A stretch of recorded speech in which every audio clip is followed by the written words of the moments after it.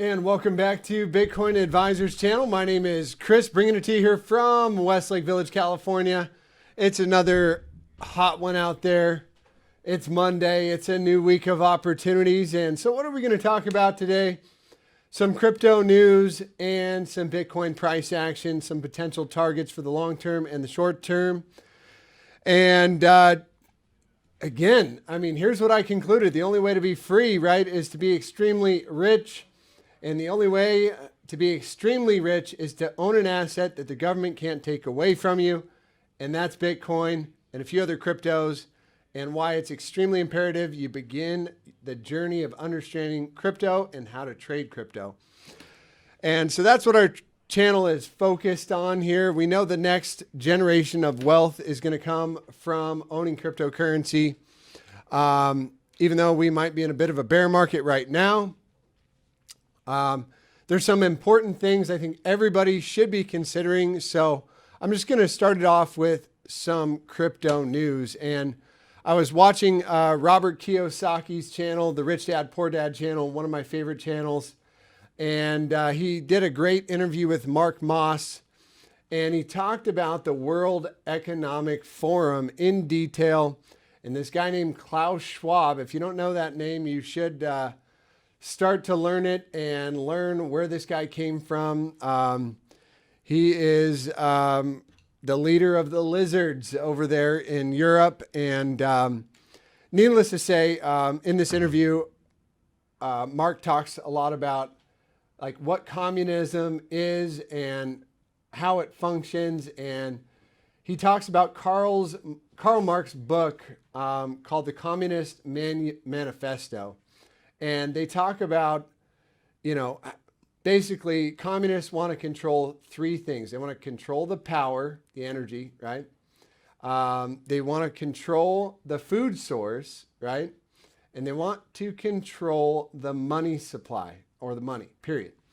And that's exactly how they're, you know, using this ESG, anti-oil, anti-carbon, ammunition stuff to do these things. They're starting it with that, and Karl Schwab was going to be the poster boy for ESG, saying that they were going to be the most, the most economic prospering nation, and they had it all over the World Economic Forum's website, and they had to take it down because they were so wrong about the need for oil and fossil fuels. Needless to say, I wanted to play you this clip and see if I could bring your attention to these guys. So they were going to be one of the richest nations. They were going to be the poster child for ESG, and it was on the WF website. And ESG stands for? Environmental, social, and governance. So they'd give you a score based off of these three metrics: how environmentally sound you are, environmentally low impact on environment, your social score, and then your governance. Do you have diversity on your board, and all of these things? And so they were going to be the poster child. I love Robert Kiyosaki's just reaction to the acronym ESG, and it's just hilarious. They proclaimed that we will be the best by 2025. They said by 2025 we'll be one of the richest nations in the world based off of this sustainability. Sri Lanka coming apart at the seams right now. Well, no, they're completely gone. Yeah, they defaulted on their bonds. They got no money. Nobody will loan them any more money. They don't have any money to import any energy, so they have no energy. So they went the path that the Great Reset is all about, and they're gone. And they're gone. That should say something. So who? Let me ask this: who came up with ESG? Do you know? I'm not exactly sure who started ESG. It came out of the WEF, the WEF, we'll call it, the WEF camp, and it came out of that. It's just a way to control people. So are you saying Kissinger, how would you classify his?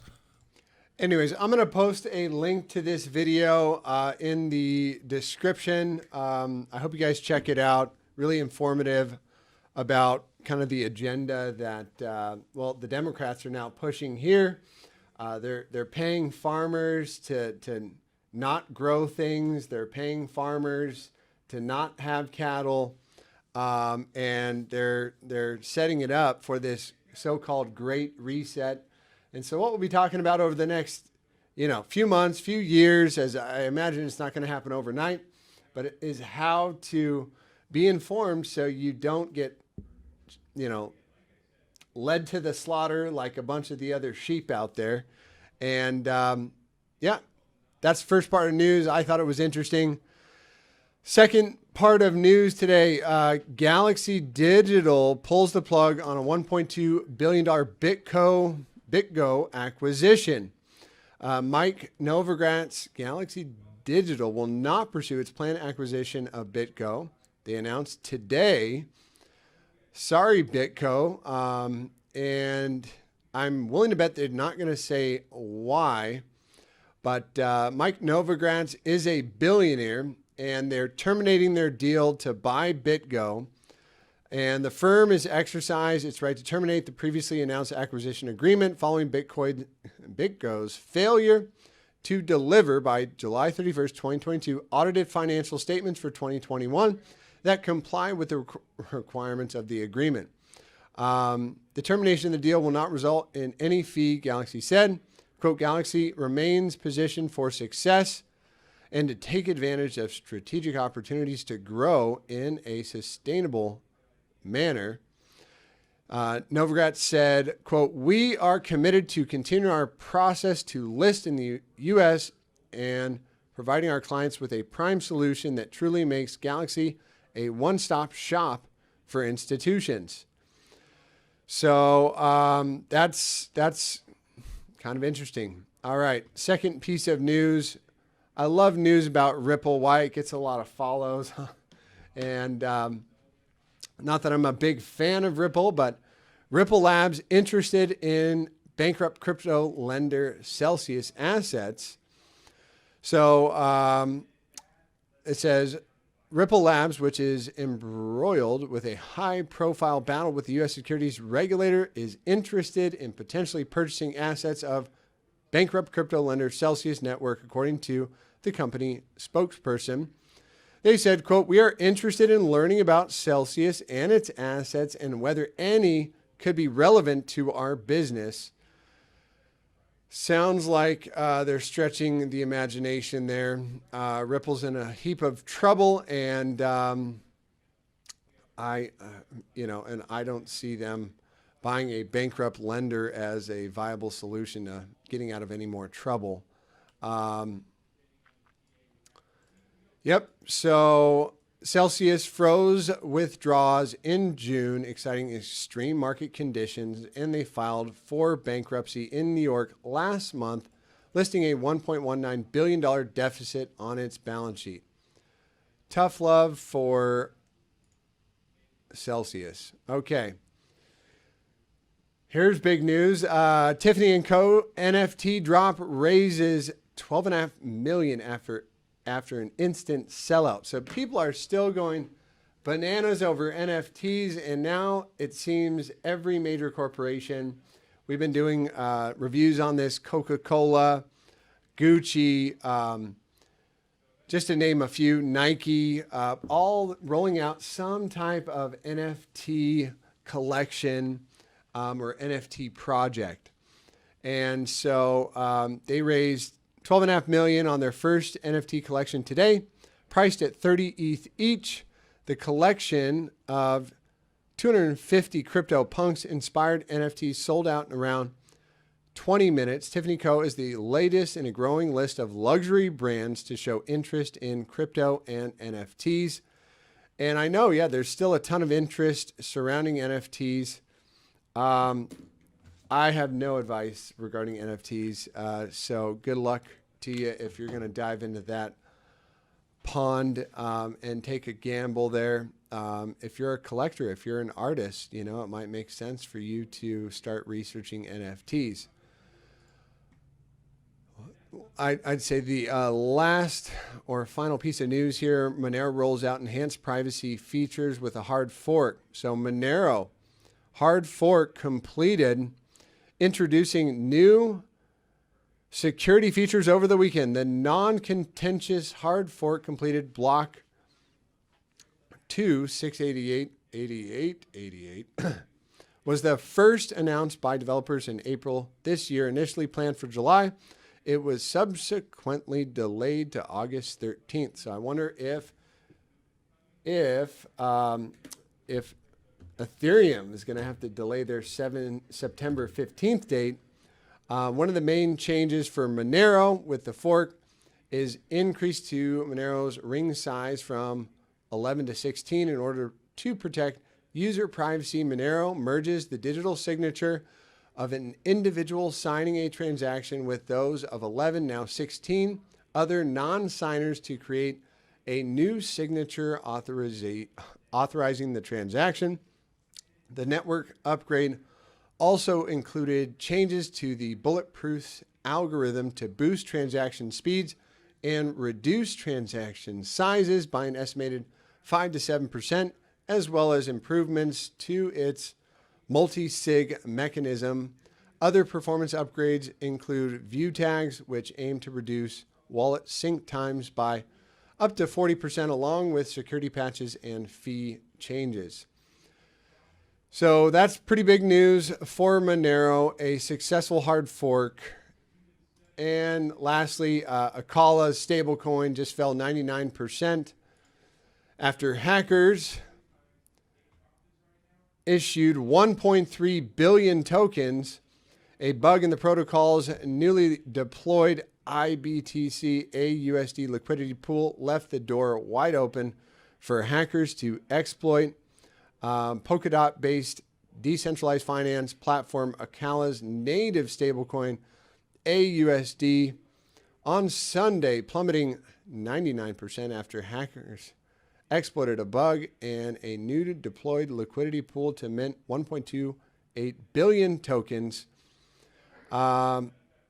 Geez, I wish I would have had a little notice on that. It would have been a nice short. So I'll leave a link for that as well in the description below. All right, let's get on into it with Bitcoin's price action. Starting off with CMEs, and we did say over the weekend on Saturday, I put out a video because I missed you guys on Friday. And we said, hey, look, likely to open the week up a little bit, and we did. Now, keep in mind, CME's open on a Sunday at, I believe it's 3 or 4 p.m. Pacific time. So we had a little up on the daily and now a little down. So this candle right here would be a falling star. And I'll just tell you the significance of this closure, which was just had about 10 minutes ago. And what the significance of that closure is that Stokes will now cross down to the downside with volatility very low. So what I would say is this, if Stokes cross down, which they just did because we had a closure below 24,464, and volatility begins to expand, right? And we want to see it regain the exponential, very much so like we saw back here. And this is a bearish candle formation, a falling star. Or it could be a gravestone. We don't know what tomorrow's going to open up like. Because of just the flippy floppiness of the market, it does seem like I wouldn't be surprised if we throw it up tomorrow. But I'm not here for, daily moves, trying to predict daily price action. More likely, I want to catch the next big move. And I do believe that will be resolved when volatility starts to expand. This is our volatility indicator. And when volatility gets low, we know one thing in Bitcoin land, volatility will expand shortly or sooner than later. And you can see it right here. As soon as we had low volatility, we regain the exponential. That's this white line here. When the BBWP regains the exponential, starts to expand.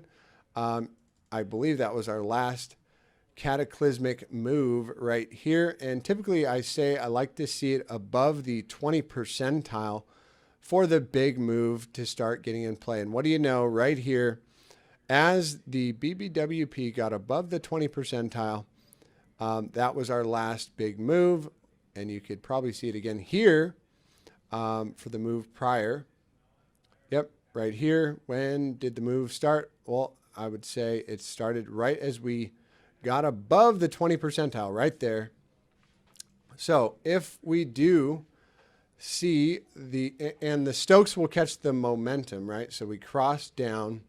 As volatility expands, we expect the price to go in the direction of the trend or in the direction of the stochastics. So that will open up here probably in another 30 minutes to an hour, and you'll be able to see that live. Right now, the market is closed for clearing. They close it for about 30 minutes to an hour every day, I believe, to clear the books on the CMEs, but don't hold me to it. Now, spot price action will cross down today below 24,184, and volatility has not fully expanded yet. As a matter of fact, it is losing some of that expansion here. And this could, take another couple of days. But I would say any kind of a closure below the 21 right here, daily closure below there, probably going to catch the momentum to the downside. Volatility will continue to expand, especially if we take out this low right here at 23,000. I want to see if I have this drawn out on any of our other charts really quick. It's not there, not there. I must have gotten rid of all of my lines. So, again, the bigger move to be had here off the major expansion. And what we could do is simply actually draw this again, which you'd probably draw it a little bit more like this.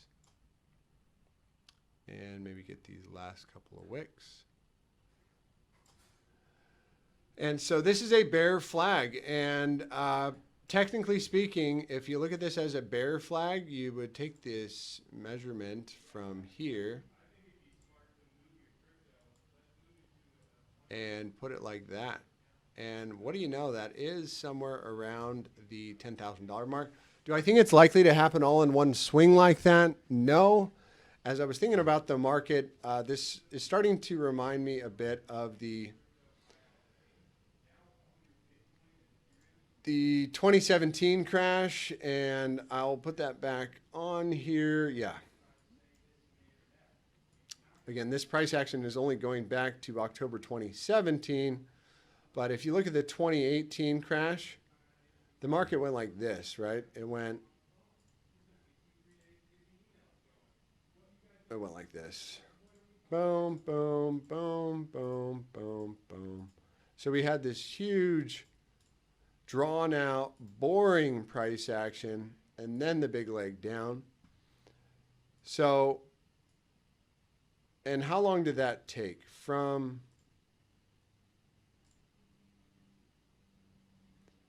That was 48 bars on the weekly time frame, which 52 weeks in a year. This is on the weekly time frame. Each bar is 1 week of price action. So do we compare it here and say how many bars in on this crash are we? So we are only 39 bars in, right? So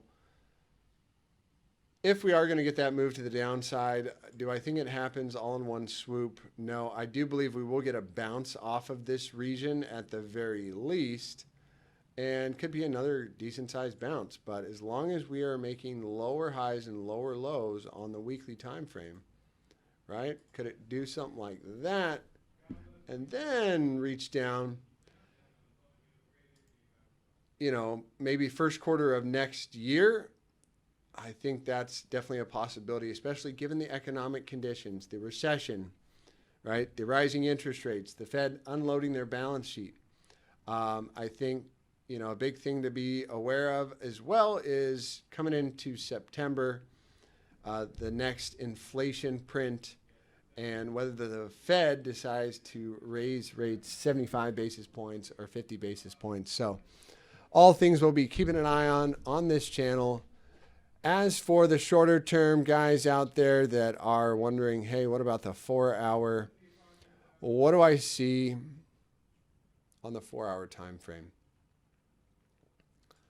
Looks like a steady uptrend on the 4 hour, and hence why I wouldn't be surprised to get a little bounce back, especially with NASDAQ up almost 1% today.